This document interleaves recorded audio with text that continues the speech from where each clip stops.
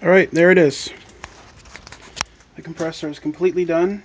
Maybe I'll make another tweak or two, but nothing really important. So let's start. On the bottom here, I have a 1-inch square tube. 1 inch by 1/8 inch square tube is the frame. This piece here runs across the bottom, and then I have a piece that runs straight back. So it's just like a T underneath there. And then it runs up the sides on both sides here. I apologize for the light. There's nothing I can do about it. To this piece. Now, when I originally cut these ones, I mismeasured them by about 1/2 inch or so. So if you take a look here, you see I have had to bend this bar. Not a big deal. On the back side of this, there's another bar that runs straight across and connects into this guy right here, which I've welded 2 pins on. Let me see if I can get back there and show you. Good enough, you can see pins, right? There's 2 pins, and that's what supports that compressor. Like, supports it left and right as those 2 pins. From there we move to our storage tank. This could literally be anything, any sort of pressure vessel you have. I just chose a propane tank because I have like 10 of them lying around. For those of you who are wondering, this is a 3/4 inch thread, standard thread on the top. If you're going to use a tank like this, I would suggest taking the valve off, putting your own system on. It is a little difficult to get them off. You may have to use some heat. I ended up putting a torch on this top flange right here. After I was very sure that the tank was empty, I just put a torch on the top flange here and then smashed away at that valve with a soft hammer. So from out of there we got a 3/4 inch T. And on the bottom of that T I have a plug. This is just in case I need to ever drain the tank. I don't have any sort of drain, like a moisture drain. So all I'm going to do is I'm going to just tip this whole thing forward, and it'll sit on the original protection thing here. And I can just drain the tank that way. Then we got a series of reducers. All of these were just stuff I had lying around. That's why it looks so Frankenstein. Come up to a T, which goes out to our regulator and our gauge. I have it regulated to just over 50 pounds. And, oh, I should probably put that in a shot. Coming up from there, I have another T. This one is going to have a pop-off valve. I'm having certain issues with this compressor not shutting off when it should. So I have to keep a close eye on it. But that's the switch here, and I'll get to that in a sec. But I'm going to put a pop-off valve set roughly around 125 psi. We come up, we got another T. We're going to go straight up to our valve, our switch, pressure switch.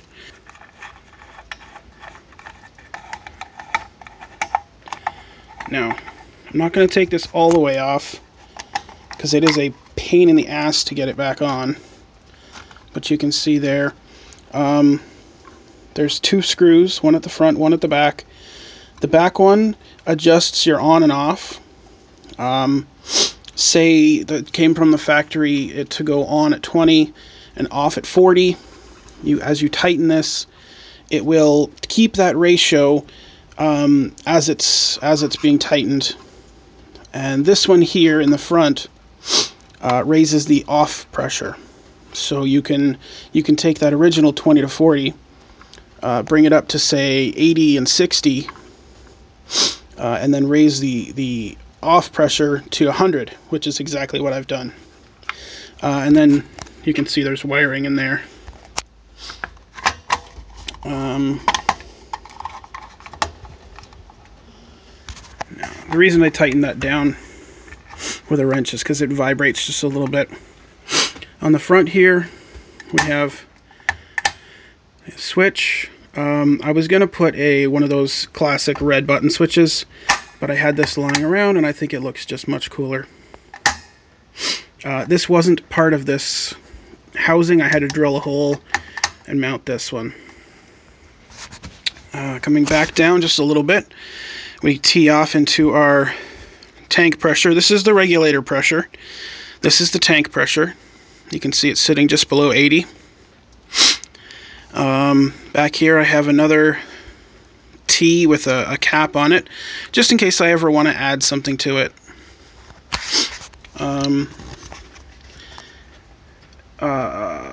I have a compression fitting that goes into the tank. Sorry, that comes out of the tank, I should say. And these fittings are a little awkward. You're going to have to test fit stuff to get this to work properly. What I ended up having to do, originally I desoldered this and this, but these two pipes that come out of here are different sizes. So what I ended up having to do was I put this pipe back on and then I attached it here. It seems to work fine. And this guy here, I just put on finger tight. Apparently I got really strong fingers, but that was just because I had a little piece of hose on there. Compressor, just a standard freezer compressor, nothing special. You can see I do have the ground cut, but the ground isn't actually attached to this pin right here. On the back you can see this is the starting relay.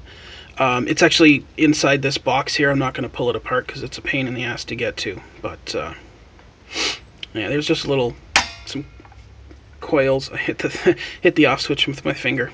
Just a couple coils and some stuff in there. But that's about it. It's fairly simple to make. If you are interested in making one, I would say go for it.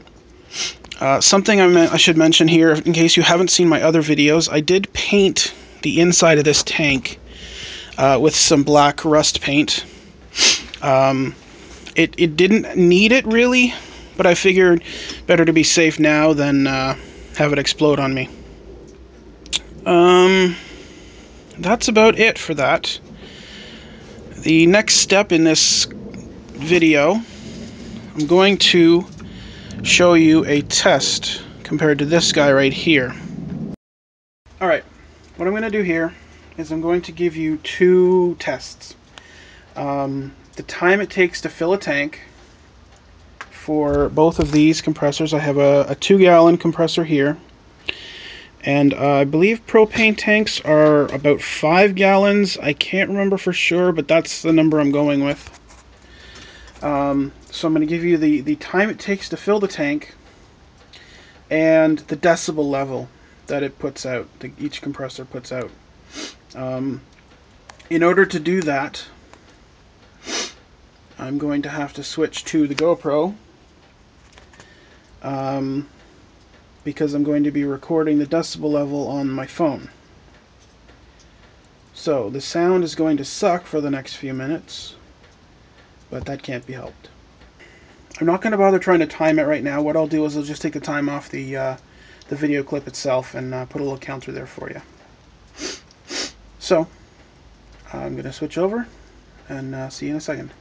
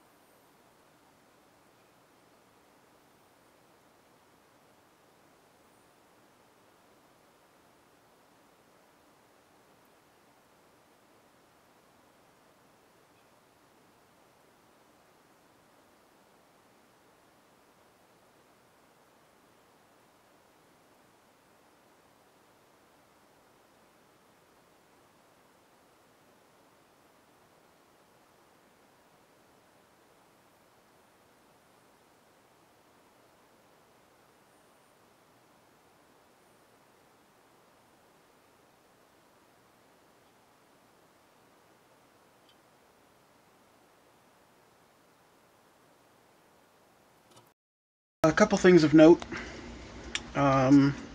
Between the first test with this guy and the second test here, I did put on the pop-off valve, pre-calibrated to about 100 psi, and I can change that around if I need to.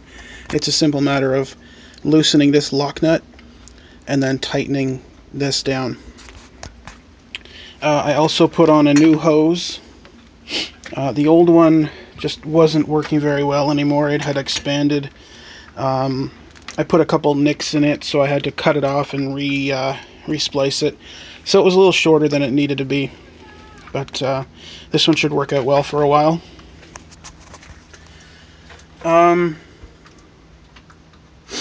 You've probably noticed, maybe not. Shut up. You may have noticed that there were a few strange spikes in the silent compressor test. They were because the compressor, well, one was because I knocked something over, okay? The others were because at certain points the compressor, it has a weird vibration. I don't know what it is. I honestly don't know how to fix it, and again, honestly, I really don't care about it. But yeah, it does have that vibration where the sound level spikes up to just under 60-ish for a few seconds. But other than that, it's a beautiful compressor. So I'm going to call this the end of the video, do a little math, and next thing you should see is the comparison versus sound and versus speed. So you guys have yourselves a good day.